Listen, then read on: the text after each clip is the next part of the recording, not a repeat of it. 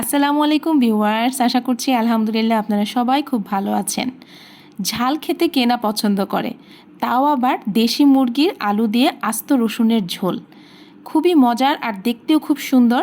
আজকের রান্নাটা আমি একটু আনকমন করে রান্না করেছি, চাইলে আপনারা এভাবে ট্রাই করতে পারেন। যারা নতুন রাঁধুনি বা যারা ব্যাচেলার আছেন তাদের জন্য খুবই সুবিধা হবে এভাবে রান্নাটা করা। তো চলুন রেসিপিটা দেখে নেওয়া যাক। আমি মুরগিটাকে ভালো করে কেটে ধুয়ে পরিষ্কার করে ভালো করে পানিটা ঝরিয়ে সাথে কিছু টুকরো টুকরো আলু নিয়ে নিয়েছি একটা পাত্রে। এবার এর মধ্যে সামান্য একটু লবণ, হলুদের গুঁড়া, সাথে একটু মরিচের গুঁড়া দিয়ে ভালো করে মেখে নেব। এই মুরগি এবং আলুটাকে ভালো করে মশলা দিয়ে মেখে ম্যারিনেট করে রাখার কোনো প্রয়োজন নাই, এখনই আমি রান্নাটা করে নিব। চুলায় একটা কড়াই বসিয়ে দিয়েছি, দিয়ে দিচ্ছি সয়াবিন তেল। যেহেতু আমি মুরগি আলু এগুলো হালকা একটু ভেজে নেব, এজন্য সেই পরিমাণে তেলটা দিয়েছি। তেলটা গরম হয়ে গেলেই আলুগুলো ভেজে নিচ্ছি। আলুগুলো আমি বেশি লাল করব না, হালকা একটু ভাজা হয়ে আসলে আলু ভাজা থেকে খুব সুন্দর একটা যখন ঘ্রাণ বের হবে সে পর্যায়ে তুলে ফেলব। আলু সাথে মুরগির মাংসটা একটু ভেজে নিলে খেতে কিন্তু খুবই ভালো লাগে, তো চেষ্টা করবেন এভাবে ভেজে নিতে। এরপর দিয়ে দিচ্ছি মুরগির পিসগুলো। মুরগির মাথা এবং কলিজা ছাড়া মুরগির অন্যান্য যে অংশ আছে সবগুলোই ভেজে নিচ্ছি। কলিজাটা এখানে ভাজার প্রয়োজন নাই, কলিজাটা আমি পরে অন্যভাবে সেদ্ধ করে নিব। তো উল্টে পাল্টে ভালো করে ভেজে নিচ্ছি। আর মুরগির মাংসটা অতিরিক্ত লাল করব না। মুরগির মাংসটা যে পর্যায়ে কালারটা একটু চেঞ্জ হয়ে হালকা একটু লালচে লালচে গায়ে একটু ভাজা হবে সে পর্যায়ে তুলে নিব। আর যেহেতু মুরগিটা বেশি বড় না, একটু ছোট সাইজের, এটা কিন্তু ভাজার মধ্যে মোটেও সেদ্ধ করা যাবে না। একটু উল্টে পাল্টে নেড়েচেড়ে তুলে নিচ্ছি। তো সেই একই কড়াইতে আরেকটু সয়াবিন তেল দিয়ে দিচ্ছি দুটি দারচিনি, দুটি এলাচি, দুটি তেজপাতা। একটু ভাজা হয়ে গেলে দিয়ে দিচ্ছি পেঁয়াজ কুচি। পেঁয়াজ কুচিটা একটু বেশি পরিমাণে দিয়েছি, এর কারণ হচ্ছে যেহেতু মুরগির মাংসের একটু ঝোল হবে সেই জন্য একটু পেঁয়াজের পরিমাণটা বেশি রেখেছি। আপনারা চাইলে এখানে কুচি করা পেঁয়াজ কম দিয়ে পেঁয়াজ বাটাটা দিতে পারেন, এতে করেও ঝোলটা ঘন হবে।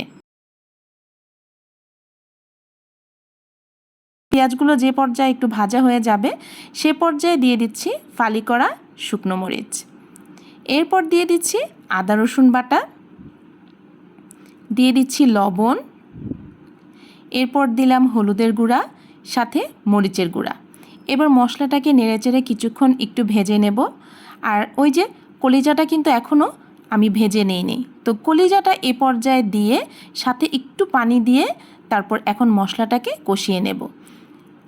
যেই অংশগুলো একটু সিদ্ধ হতে সময় বেশি লাগে সেগুলোই এখন এর মধ্যে দিয়ে দিলাম। মুরগির মাথা, কলিজা, সাথে মুরগির গিলা দুটো দিয়ে আর একটু পানি দিয়ে ভালো করে মশলাটা এখন কষিয়ে নেব। মশলাটা যত সুন্দরভাবে একটু সময় নিয়ে কষানো হবে রান্নাটাও কিন্তু সেরকম মজা হবে। মশলাটা ভাজা হওয়ার পর যে পর্যায়ে তেলটা উপরে ভেসে উঠবে সে পর্যায়ে দিয়ে দিলাম ভেজে নেওয়া আলু এবং মুরগির মাংস। সব একত্রে একটু নেড়েচেড়ে কিছুক্ষণ একটু কষিয়ে নেব। বেশিক্ষণ কষাচ্ছি না, প্রায় 3-4 মিনিট এভাবে নেড়েচেড়ে কষিয়ে নিচ্ছি। কষানো হয়ে গেলে দিয়ে দিচ্ছি আস্ত কিছুটা রসুন। আপনারা পছন্দ অনুযায়ী কম বা বেশি যতটুকু পছন্দ দিতে পারেন, তবে মুরগিটা কিন্তু একটু ঝালঝাল হবে সেই জন্য মরিচের পরিমাণটা একটু বেশি রেখেছি। কিছুক্ষণ একটু কষিয়ে দিয়ে দিলাম গরম পানি। মুরগির মাংসে অবশ্যই গরম পানি দেওয়ার চেষ্টা করবেন। গরম পানি দিয়ে রান্না করলে কিন্তু যে কোনো রান্নার বা তরকারির স্বাদ কিন্তু বহুগুণে বেড়ে যায়। মাংস হোক, মাছ হোক, সবজি হোক, খুব সুন্দর সফট হয়। তো বলকটা এসে গেলে এভাবে ঢাকনাটা ঢেকে দিচ্ছি। আর এই পর্যায়ে কিন্তু মুরগির মাংসটা একদমই সেদ্ধ হয়ে গেছে। এরপর দিয়ে দিলাম গরম মশলার গুঁড়া। আর এই গরম মশলার গুঁড়া কিন্তু ঘরেই আমি তৈরি করেছি। আপনারা যদি রেসিপি চান তাহলে অবশ্যই কমেন্ট বক্সে জানাবেন, আমি গরম মশলার রেসিপিও আপনাদের সাথে ইনশাল্লাহ সামনে শেয়ার করব। তো এরপরে দিয়ে দিলাম কিছুটা কাঁচামরিচ ফালি, দিয়ে এবার নেড়েচেড়ে হালকা একটু ঢাকনাটা ঢেকে আঁচটা কমিয়ে দিয়েছি। এই পর্যায়ে কিন্তু রান্নাটা একদমই কমপ্লিট। যেহেতু ছোট মুরগি সময় কিন্তু অত বেশি লাগেনি। এই পর্যায়ে রসুনটাও একদম নরম হয়ে গেছে আর মুরগির মাংস, আলু সব কিছু সেদ্ধ হয়ে গেছে। আর কিছুটা ঝোল রেখেছি, চুলা থেকে নামানোর পরে কিন্তু অনেকটা ঝোল টেনে যাবে। তো এই দেখুন, এটা হচ্ছে ফাইনাল লুক। তো দেখতে হয়তো মাশাআল্লাহ অনেক লোভনীয় হয়েছে, খেতেও কিন্তু ভীষণ মজা হয়েছে। আপনারা চাইলে এই রেসিপিটা ট্রাই করতে পারেন, খুবই মজার আর গরম গরম ভাতের সাথে কিন্তু দারুণ লাগবে। তো রেসিপিটা ভালো লাগলে অবশ্যই রেসিপির জন্য একটা লাইক দিতে কিন্তু ভুলবেন না। চ্যানেলটা সাবস্ক্রাইব করে আমাদের পাশে থাকবেন। আল্লাহ হাফেজ।